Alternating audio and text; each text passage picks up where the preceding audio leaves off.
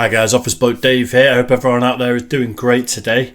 I am on my own today, doing this at like 7 in the morning, so feeling fresh, a bit more energetic than I was last night when me and Ash were doing a few videos. I'm going to react to Patrick CC doing why Tekashi 6ix9ine isn't dead. Before I do, I'm a fan of Patrick CC, and I've followed him for quite a while, and I was reading his post the other day about how he feels about reaction channels and trying to be as respectful as possible. I agree with him. I actually agree with him. Apparently a lot of people are reacting to him streaming on Twitch and just sitting there eating bowls of cereal and they've got nothing to add. If I was doing that, I wouldn't do a reaction channel. Like, I always try and pause and talk and discuss things and stuff like that. So I hope I'm adding something to it. And I definitely don't want to step on his toes, because I know I've followed him for a while and I am actually a Patrick CC fan. I think he makes some great content. But because I watch him anyway, I thought maybe we can watch him together and hopefully I can add something. Feel free to let me know in the comment section though, if you don't feel like I add enough. You know, like I say, I'm not trying to step on anyone's toes. Right, before we do though, make sure you subscribe. It does mean the absolute world to me, and I'd love another one of them one day. I'm quite far away at the moment, but you never know. You got to dream big. Right then, why Tekashi 6ix9ine isn't dead. Let's do it. This is a comprehensive list of all the rappers that have passed away in the last 10 years. This list contains everyone from Juice WRLD, who had an accidental overdose, to OG rapper Coolio, who passed from a heart attack. However, when an artist gets taken out by someone else, it cuts a little deeper. Takeoff, PNB Rock, Jada Youngin, Draco the Ruler, Young Dolph, MO3, King Von, Pop Smoke, Nipsey Hussle, XXXTentacion, and many others had their lives cut short by other people's actions. Although none of us would ever condone this type of activity, most people thought that Tekashi 6ix9ine would be added to this list. However, right now, Tekashi is living his best life. After he beat a RICO case by snitching on his whole gang.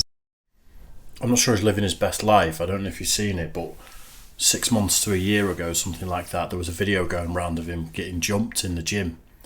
And like, some of the video has been cut out, but it looks like he's in the bathroom at the gym and a couple of guys get him and he's not got security with him, and his face is pretty bloody by the time he's leaving. It looks like he's had a bit of a kicking.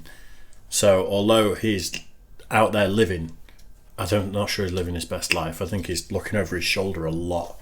6ix9ine is out free, traveling on private jets all over the world and publicly making fun of every rapper that dies. A lot of people believe that Tekashi has a target on his back, and every single day that goes by, he is one step closer to his permanent demise.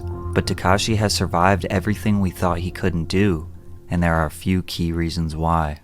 When 6ix9ine was released from jail in mid-2020, he remained quiet for a month. Nobody knew if he was ever going to show his face again publicly. To their surprise, the release of his song Gooba proved that he had no intentions of going anywhere. That's the first song the Office Blokes ever reacted to. So if you go back 3 years on our channel, literally reaction number 1 is Tekashi 6ix9ine Gooba, and we all sit there. The other two guys didn't know what a reaction channel was. I kind of just threw him in at the deep end to see what had happened. And to take it one step further, in the music video he embraced the label of being a rat or a snitch, after cooperating with the federal government to indict 12 of his former 9 Trey Blood gang members. Some of those men won't be getting out until 2030. The music video broke the YouTube record for the most views in the first 24 hours for a hip-hop song. Meek Mill tweeted that the song was trash and made fun of him for still claiming to be a gangster. Lil TJ said that he was the king of New York, and he doesn't like all that snitch rainbow hair shit going on in his city. Keep in mind that being labeled a snitch in hip-hop can potentially end someone's career, but a lot of 6ix9ine's fans empathized with him. He said his ex-gang members set him up, robbed him, assaulted the mother of his child, and even planned to kill him. Why would he remain loyal to the people that wouldn't do the same for him? Whereas his adversaries say that he shouldn't have gotten into this life if he wasn't ready to accept the consequences. All of those scenarios, or, you know, sending shots. Everything I was rapping about was really happening. Yeah. These rappers that rap about the shit that they rap about, they don't live. 6ix9ine was willing to accept that he was a snitch, but he didn't want to be alone. He had a list of rappers he was going to expose on an Instagram live to over 700,000 people, starting with Meek Mill. In 2019, Meek thanked a woman named Desiree Perez for helping him finally put his legal troubles behind him. Tekashi exposed that Desiree was a federal informant in the 90s. Perez, the wife of longtime Jay-Z wingman Juan Perez, became a cooperating witness for the DEA in the 1990s. After her 1994 arrest for possession of 35 kilos of cocaine, Perez struck a deal with the feds, agreeing to wear hidden wires to record her meetings with major cocaine traffickers. 6ix9ine was confused why Meek would make fun of him, but then go and work with a federal informant. He went especially hard on Meek since this was all a promotional campaign for his track called Trolls with Nicki Minaj, who had a previous intimate relationship with Meek. He then called out Future, who posted on Instagram, "I believe if you hang with a snitch, you a snitch and deserve to expire." But Tekashi pointed out that Future hangs around people that 6ix9ine considers snitches. He then called out Snoop Dogg, exposing alleged paperwork of Snoop Dogg snitching in the 90s, and using a video of 6ix9ine admitting that Snoop Dogg was a snitch as proof. 6ix9ine genuinely believes that any other rapper would do it. I have heard that before about Snoop Dogg, but I'm pretty sure I've also heard him come out and say it's not true. Tell you what though, if you're looking at like 35 kilos of cocaine, I don't know what sort of prison time you're going to get for that, but I presume it's going to be most of your life over in the States. I think the vast majority of people are going to do that. The difference is the vast majority of people aren't out there rapping about how they're gangsters and they'd never do something like that. 95% of normal people, I think, would be like, I'm not spending the rest of my life in prison. I've got kids, I've got a family, I've got all that sort of stuff. I think that's the reason the feds put so much emphasis on flipping people and getting them to testify against each other and stuff like that, because I think most people do, realistically. Exactly what he did if they were in his situation. He doesn't like how rap fans and media pick and choose who can get away with snitching. But 6ix9ine seems to forget that him being a snitch is not the only reason why people may not like him. One main reason why rap fans don't like him is simply because he's annoying. Anytime someone tries way too hard for your attention, it looks desperate. 95% of rappers are getting your attention because of the songs they make or the creative ideas they share. Everything 6ix9ine does, from his IG posts to his lyrics, is comparing himself to others. Look what I have compared to him. Look at what I do compared to him. He gives off this try hard, pick me energy, and it just gets exhausting after a while. But in mid-2020, the internet was deprived of 6ix9ine antics for over a year, so this expose proved to be effective. Not only did he piss off all these rappers, but the music video for Trolls dropped at the end of the IG Live, which was another 30 million view and 24-hour debut. That song would go on to hit #1 on the Billboard Hot 100, Tekashi and Nicki Minaj's first #1 hit. Oh, fuck yeah! Didn't I tell you? Didn't I tell you, nigga? Fuck you, I can't be stopped, nigga! But he couldn't stop there because he had an album to promote. 6ix9ine's enemies swore he couldn't go outside. He was only safe inside of his house. So he went to the dangerous south side of Chicago to prove them wrong. Before he showed up, he posted a video mocking Chirac rapper Lil Reese. 6ix9ine recreated a viral video where Reese was allegedly caught off guard, jumped, and then defecated on himself. People swore he was going to get himself killed for this. But when 6ix9ine was in Chicago, you could see at least 3 huge security guards watching around the corner. He was also seen at the mall absolutely swarmed with security. 6ix9ine would obviously be an idiot to walk around without security, and anyone trying to do something to him in public while he was around security would be just as stupid, especially considering his work with the federal government. But regardless, 6ix9ine's views skyrocketed and his enemies were embarrassed. I think he's that high profile though that, and everyone's waiting for something to happen to him, that if someone went and shot him, everyone's going to know who that person is within an hour, 2 hours. So whoever goes and does it has got to be prepared to go and do 30 years in prison or however long you're going to get, because you're not getting away with it. Guaranteed they're going to brag about it, they're going to make a video, they're going to tell their boys or whatever. So I think one of the reasons it's not happened yet is the fact that people know you're not getting away with it. Unfortunately, his album flopped. Tattletales dropped in September of 2020 and was projected to sell 150,000 first week, but it then went on to only do 50,000 first week. Rappers were clowning him in the comments. Trippie Redd famously laughed and mocked 6ix9ine for selling 50K.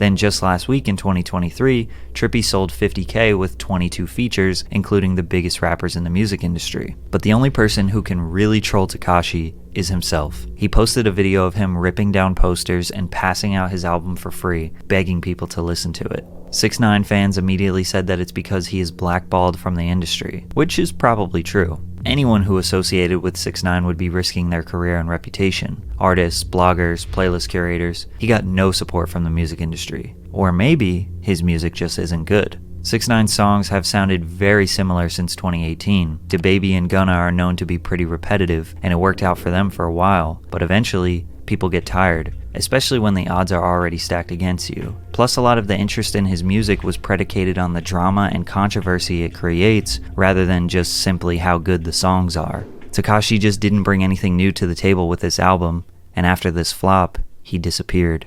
His return in 2021 started with more beef. He pulled up on Meek Mill outside of a club in Miami. And you was security. This is security. That's security, nigga. You look, shut up. Shut up. And you with a cop. And look, you tight.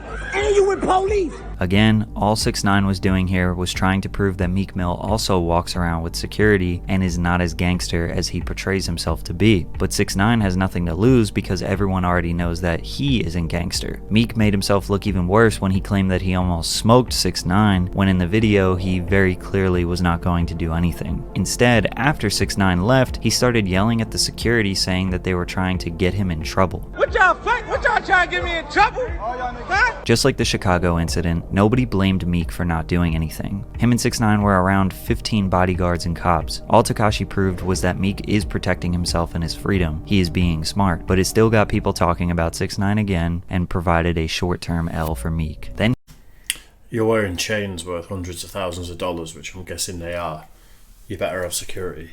Even if you're fucking, world-class MMA fighter, even if you're like some absolute monster, if 5 guys run up on you or someone runs up on you with a gun, you've got no chance. So these guys are so high profile and they've got so much money around their necks and the wrists and everything. You'd be mad not to have security. he took shots at the late rapper King Von by saying, Look how happy he is. Look at this dead nigga on his shirt. Look, I think King Von thirsty. Look, yo, drink that.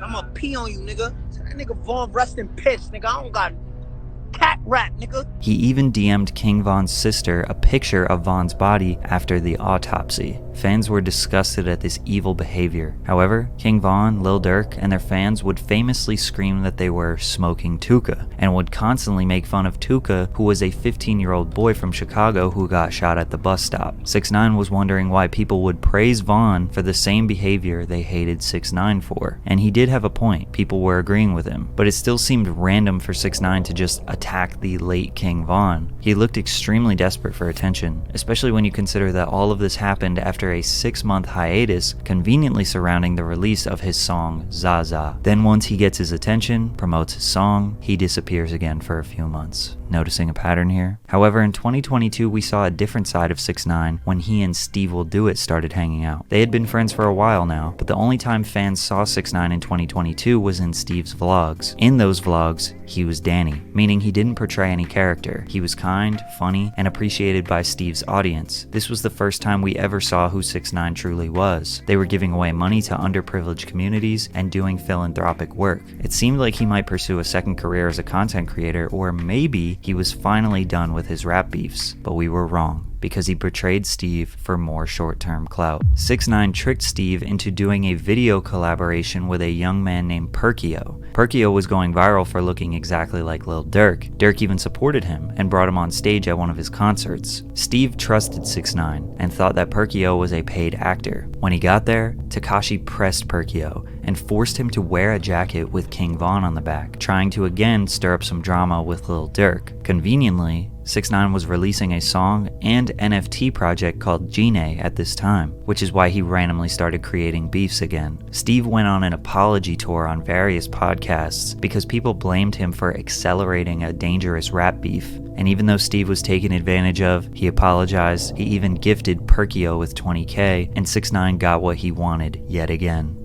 But something happened recently that has worked in Tekashi's favor. Currently, Young Thug and his label YSL are facing a major racketeering case, similar to the one that 6ix9ine and 9 Trey were facing just 3 years ago. YSL is basically facing every charge from armed robbery to murder. 26 members of the label were arrested in May of 2020. One of those members was Sergio Kitchens, aka Gunna, who is known as a close affiliate to Young Thug and top-ranking member of YSL. Gunna took a plea deal, which is essentially an admission of guilt, in order to get out of jail early. In open court, he said the following: YSL is a music label and a gang, and you have personal knowledge that members or associates of YSL have committed crimes in furtherance of the gang. Yes, ma'am. You're not admitted to your crime. You just told the court that YSL's a gang. So now you just f***ed up your man's defense. You not f***ing owning up to your case, nigga. You a f***ing rat, nigga. That's it, nigga. Then Tekashi pointed out how no rappers are publicly trashing Gunna because he is well respected and they like his music, but they were totally fine with making fun of Tekashi, which is true. Rappers, blogs, media outlets, none of them have really blatantly said that they don't support Gunna anymore. YSL co-founder Mondo shared his thoughts about Gunna. You took a plea saying that you the main artist, brother. You the main artist, my brother.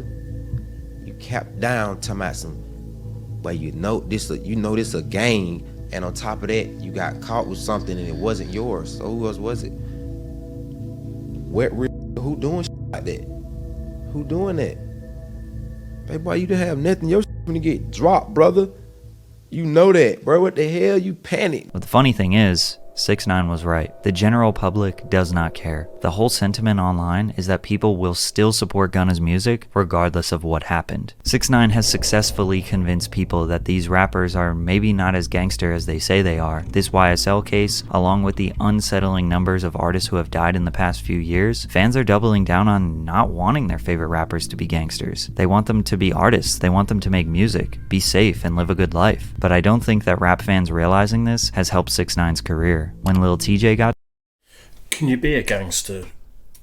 Like, I think traditionally it was like kids coming from the streets, one day that had to sell drugs to survive and had to do work to survive and all that sort of stuff. But a lot of these guys are getting famous really quick, making millions of dollars, just living the high life. Are they like, is it possible to still be authentic and be like a gangster and pretend you're from the streets if you're not? I'm guessing some of them are. I'm sort of generalising massively, but maybe the difference is nowadays these guys just aren't like that as much. So they snitch because they just see themselves as a normal person rather than some sort of gangster.